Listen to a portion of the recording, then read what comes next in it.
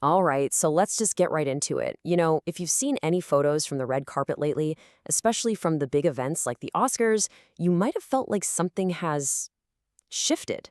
Social media is absolutely buzzing about this really dramatic change in Hollywood's body standards, this whole new look that has pretty much everyone talking. And this quote right here, this really gets to the heart of what people are saying.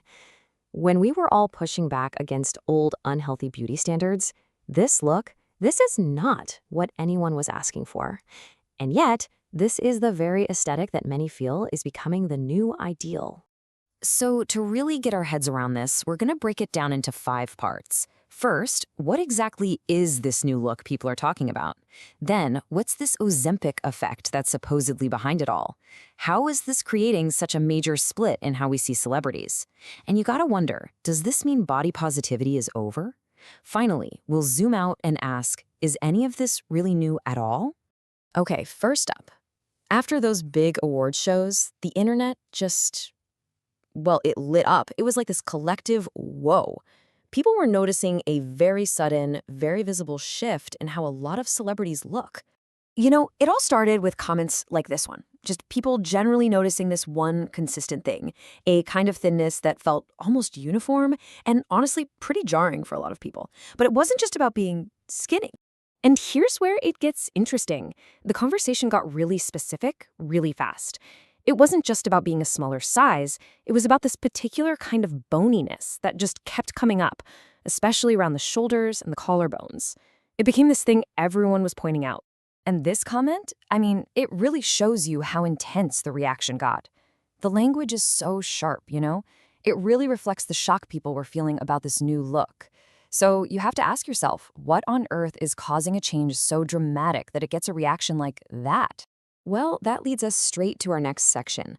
Because online, pretty much all fingers are pointing in one direction, at one alleged cause, a class of drugs that has suddenly become a household name. So, what are we even talking about? We're talking about GLP-1s. Now, these medications were originally for managing type 2 diabetes, but they turned out to be incredibly effective for weight loss, which has made them super popular, especially in circles where, let's be honest, appearance is currency.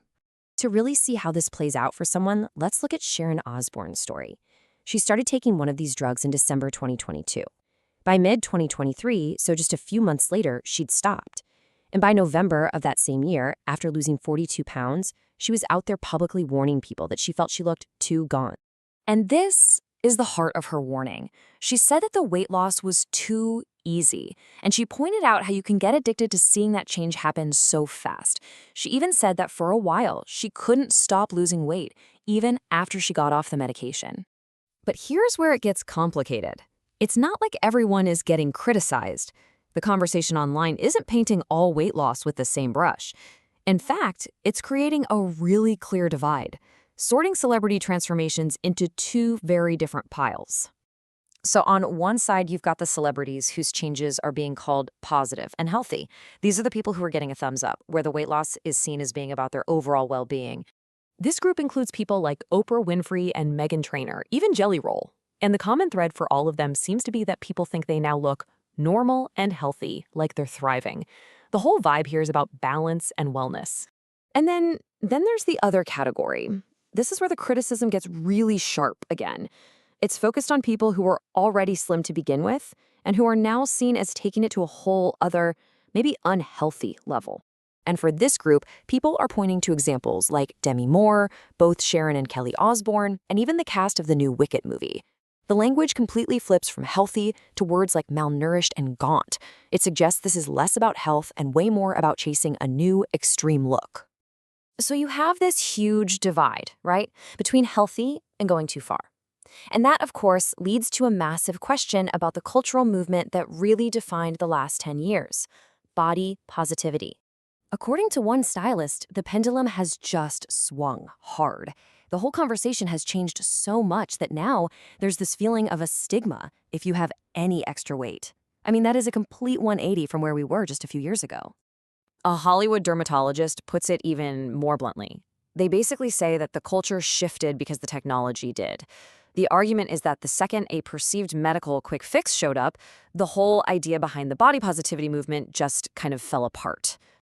And this comment from social media really captures a much more cynical take. The idea is that the whole movement was basically projection, that once an easy button came along, all those ideals got thrown out the window, supposedly revealing what people really wanted all along. You know, all of this feels so right now, so incredibly new. But is it? To really get what's going on, sometimes you have to zoom out and look at the bigger picture, at the history of these standards. And what you see is that beauty standards tend to be cyclical. They swing back and forth like a pendulum. We went from the super thin, gaunt heroin chic of the 90s all the way over to the celebration of curves and body positivity in the 2010s. And now it looks like that pendulum has swung all the way back to this new kind of extreme thinness, what people are calling Ozempic thin. But there's a really crucial difference this time. A fashion trend is temporary, right? You can take off the jeans. But chasing these body trends means fundamentally altering your body, your physiology, and that can have lasting consequences that you can't just take off at the end of the season. And that really brings us to the final question that just kind of hangs in the air. This whole thing forces us to rethink what we even mean by certain words. In a world where a specific body can be achieved with a prescription, what does health actually look like? And when beauty becomes something you can prescribe, who gets to define it anymore? And what does that definition even mean?